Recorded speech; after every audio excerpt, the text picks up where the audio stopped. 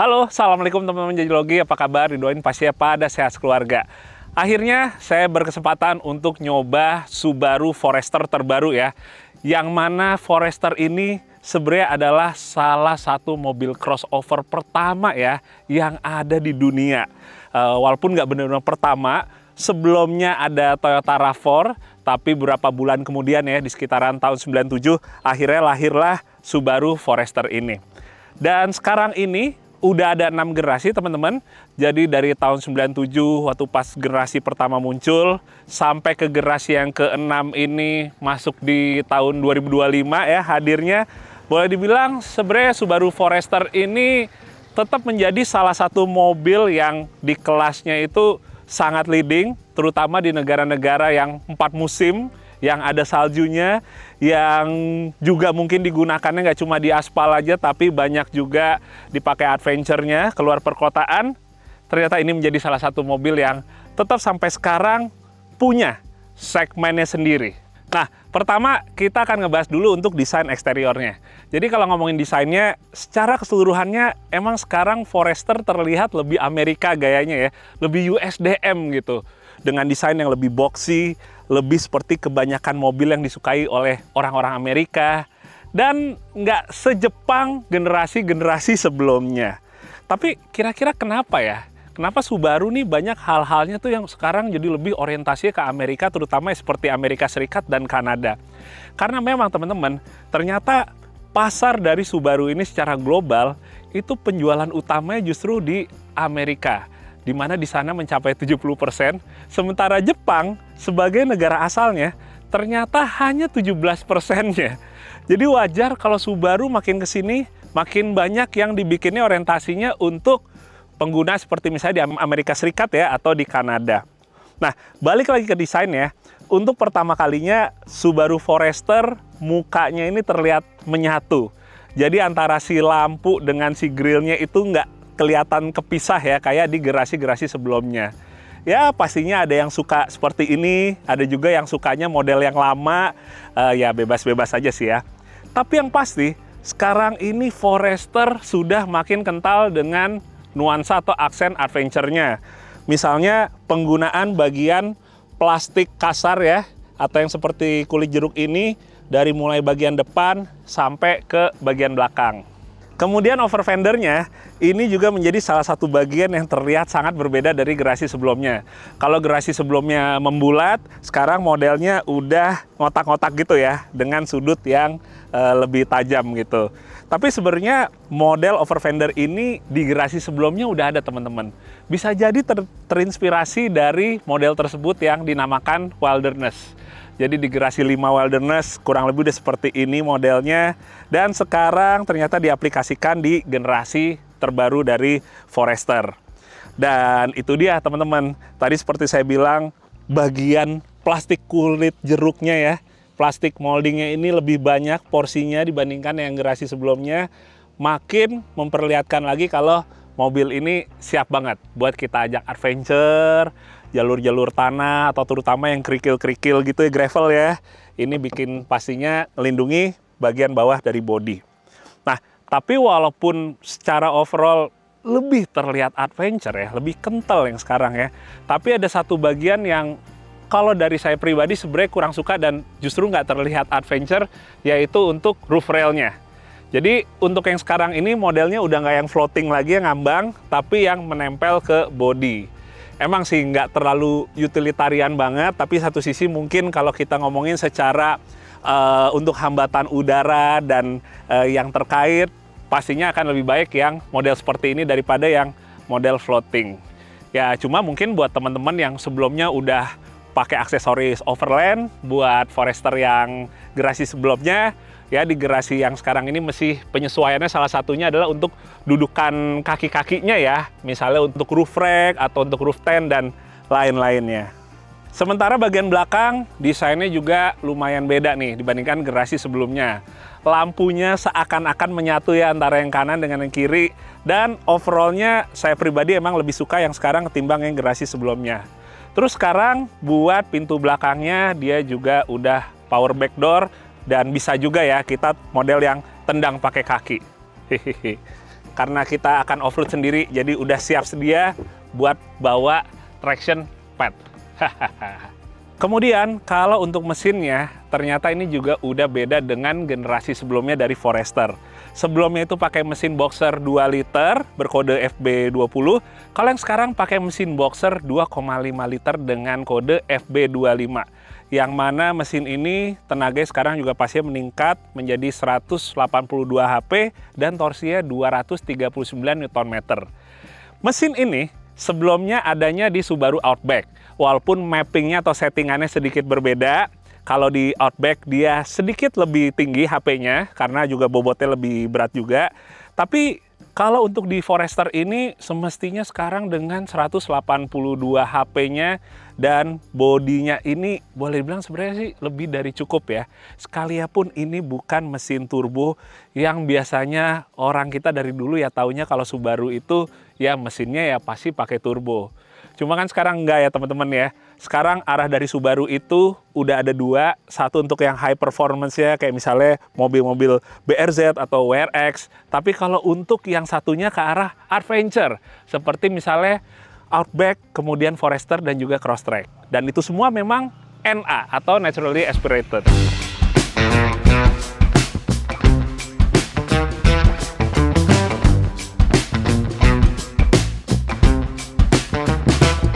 Bismillah, Assalamualaikum.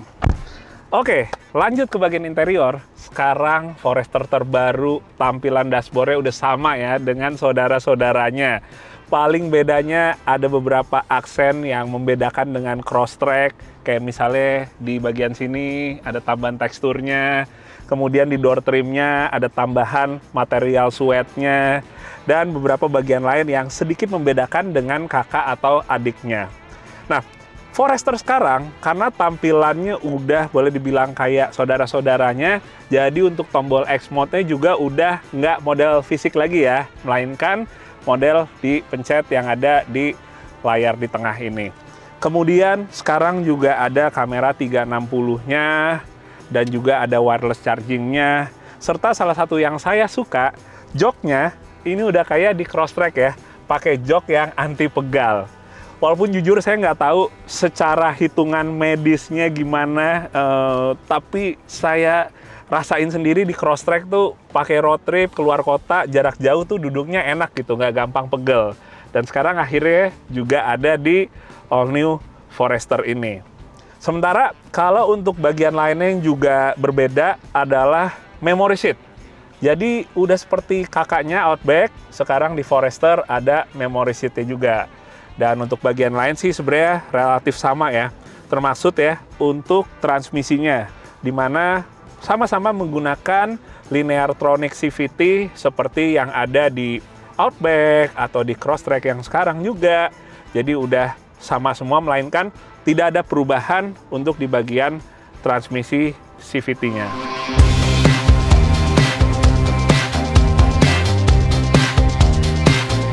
Nah, sekarang saatnya kita untuk test drive Forester generasi terbaru ini, teman-teman. Pertama ya, dari awal banget nyoba, bahkan tadi pas masih di jalan aspal menuju ke tempat off-road ini, yang paling berasa sebenarnya karena ini udah generasinya sama seperti saudara-saudaranya ya, kayak Crosstrek yang saya gunakan misalnya, rasanya kurang lebih kayak naik Crosstrek, tapi versi lebih tinggian gitu. Dan di satu sisi karena mesinnya sekarang pakai yang 2,5 liter, jadi yang juga berbeda adalah untuk tenaga mesinnya. Nah, tapi balik lagi, yang saya suka sebenarnya dari Forester ini ya, sebenarnya dari generasi sebelumnya atau yang sekarang, kalau dibandingkan sama punya saya itu Crosstrek, dia untuk bagian depannya itu lebih clear, atau untuk approach angle-nya. Jadi ngelewatin kayak kubangan-kubangan, mau itu lumpur ya, atau lewatin tanjakan yang agak tajam gitu, bagian moncong depannya tuh nggak gampang dia untuk nyosrok gitu atau numbur ke bagian ujung dari tebing atau tanjakan tersebut. Jadinya enak aja gitu, kita nggak usah terlalu takut karena moncongnya yang panjang, jadi kayak aduh nyium nggak ini bibirnya nih di ujung nih kayak gitu. Jadi dari Forester yang sebelumnya atau yang sekarang, karena standarnya dia udah lebih tinggi, clearance-nya secara bagian approach angle atau departure angle itu udah lebih baik. Jadi dalam kondisi standar, mau kita langsung off-roadin, itu memang lebih kayak nggak ada rasa was-was ketimbang menggunakan Crosstrek yang bentukannya itu lebih urban, lebih perkotaan, lebih boleh dibilang secara clearance-nya itu nggak sebaik Forester. Jadi salah satu yang cukup membedakan kalau saus-saus standar adalah hal yang berkaitan dengan clearance tersebut. Nah, sementara teman-teman, kalau ngomongin untuk kenyamanannya ya, termasuk untuk suspensinya, sebenarnya yang saya rasain sih dengan Crosstrek saya yang masih kondisi standar, suspensinya itu hampir nggak ada bedanya. Jadi mungkin ya setelah sekarang ini memang boleh dibilang untuk bagian kakinya antara yang Crosstrek dengan Forester yang baru ini atau dengan Outback itu kurang lebih hampir mirip. Cuma kalau dibandingkan dengan Forester yang generasi sebelumnya atau generasi kelima, yang saya rasain adalah kenyamanannya bisa lebih dapat lagi, soalnya kabinnya yang terasa lebih kedap lagi. Mau Subaru XV dulu atau Subaru Forester yang lama, itu boleh dibilang sebenarnya masih ada rasa kayak suara dari luarnya tuh agak kedengeran ya gitu ya. Entah itu suara angin, ditambah ada kayak vibrasi sedikit dari mungkin dari mesin atau bagian lain. Itu yang ngebikin boleh dibilang sekarang ini menjadi improvement karena jadinya nggak terlalu berasa kayak di generasi Forester yang sebelumnya. Oke nih ya, kita coba agak kebutin lagi di kubangan air. Nggak terlalu berasa suara gemuruhnya dari luarnya ya dibandingkan di yang generasi sebelumnya. Dan asik banget sih emang sih mesin 2, liternya yang sekarang ya. Yang sebelumnya kita rasain di Outback, sekarang kita bisa rasain di sebuah Forester yang boleh dibilang kondisi standarnya itu lebih ringan daripada Outback. Walaupun mungkin bedanya nggak jauh sekali ya, nggak nyampe ratusan kilo gitu. Nah, sementara di bagian sini saya ingin mencoba untuk mengaktifkan X-Mode ya. Tadi justru belum kita aktifkan teman-teman. Kita akan pakai yang dirt di sini. Begitu dia udah masuk X-Mode, dia ada yang namanya kayak sensasi jadi bisa crawling alias kayak mobilnya ini tuh jadi rasio gear-nya lebih low lagi atau lebih kasar lagi. Sebenarnya sih yang mau saya rasain bukan X-Mode-nya, tapi lebih ke mesinnya. Ini sebenarnya walaupun tanjakannya boleh dibilang terjal banget juga enggak, tapi setidaknya cukup buat saya ngerasain si mesinnya. Hehe. Agak saya crossing sedikit di sini. Oke. Crossing balik ke kiri lagi. Rayap ya dia, sekitaran RPM-nya nggak nyampe 2000 ya. Hanya di sekitaran 1200 sampai 1500 RPM-nya. Hehehe. Wah, ini depan ini batunya lumayan besar juga. Kita coba lewatin sisi kanannya dulu. Terus kita coba naikin ke sisi kiri sini. Lumayan juga nih. X-Mode-nya emang halus banget sih ya. All-wheel drive-nya dari Subaru, symmetrical all-wheel drive emang selalu nggak pernah bikin kecewa. The real all-wheel drive buat saya karena keempat rodanya aktif bergerak ketimbang all-wheel drive lain yang kebanyakan justru hanya 2 roda aja yang aktif terus, sementara 2 roda sisanya belakangan baru ngebantu kalau ada slip. Bedanya di situ. Hehehe, asik banget. Oke. Berikutnya saya pengen coba ngelewatin alur air yang hitungannya cukup dalam untuk menggunakan crossover SUV.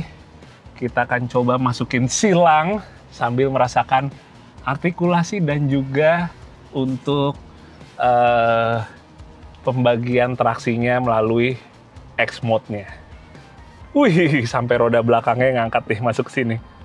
Oke, gantian roda yang kiri depan dan kanan belakang yang minim traksi. Ini bahkan dia maju sendiri tanpa saya gas ya. Dia mainin ABS-nya dari remnya itu untuk membagi tenaga atau distribusinya ke roda yang membutuhkan. Asik banget, smooth banget. Kita coba lagi nih yang bagian sini. Ini juga sama, alurnya dalam banget. Kita masukin dulu kiri depan. Sekarang yang kanan depan. Kita gas dikit aja. Tetap bisa maju ya. Biasanya tenaganya kebuang ke roda yang justru ngambang. Udah digas pelan aja gitu. Mulai kerja X-mode-nya. Factoring-nya udah. Udah effortless banget. Ini yang baru bisa membedakan sebenarnya ya, all-wheel drive yang bekerjanya boleh dibilang benar-benar maksimal, jadi untuk dipakai off-road dengan juga bisa, dengan all-wheel drive yang hanya sekedar peruntukannya lebih untuk di dalam kota atau hanya untuk di aspal aja. Membedakannya salah satunya gitu, kita coba sampai rodanya itu mengangkat saat di medan off-road. Nah, sekarang kita masuk ke bagian yang boleh dibilang cukup asik nih view-nya ya. Di antara tebing batu tapi yang seperti pasir ini. Dan ini di sisi kanannya, medannya cukup berbeda dengan di sisi kiri ya. Kanannya lumpur nih. Kita akan coba masukin ke bagian lumpurnya untuk yang roda bagian kanannya. Sambil ngerasain juga buat pembagian tenaga antara yang sisi kiri dengan sisi kanan mobil.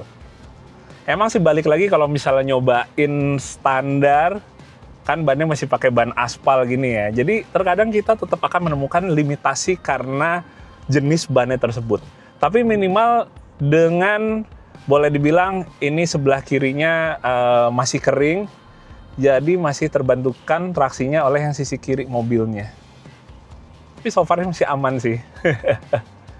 Asik banget. Bener-bener kayak kalau bawa Subaru all-wheel drive-nya menurut saya ya, kayak bikin orang yang awam sekalipun begitu diminta buat lewat jalur yang cukup teknikal, cukup off-road gitu ya. Mereka nggak terlalu harus kayak mempunyai basic off-road yang cukup mumpuni gitu. Pasti memang kita ngomongin teknik off-road pastinya sangat penting sekali, tapi minimal sangat terbantukan sekali dengan si all-wheel drive Subaru yang bantu buat mikirinnya ya. Jadi mestinya tuh teknik gas-gasannya tuh gimana gitu. Karena dengan kita masukin X-mode, kita aktifin, dia akan menyesuaikan dengan sendirinya. Kurang lebih yang optimal itu harus gimana sih si putaran bannya, pembagian tenaganya, dan lain-lain. Nah teman-teman, tapi kalau dirasa tadi kayaknya masih nanggung ya, masih tipis-tipis aja nyobain laut lumpurnya. Sekarang kita akan lautin yang beneran ini boleh dibilang berpotensi nyangkut. Lalu kita pindahin dulu X-mode ke yang matte. Oke, kita coba di sini.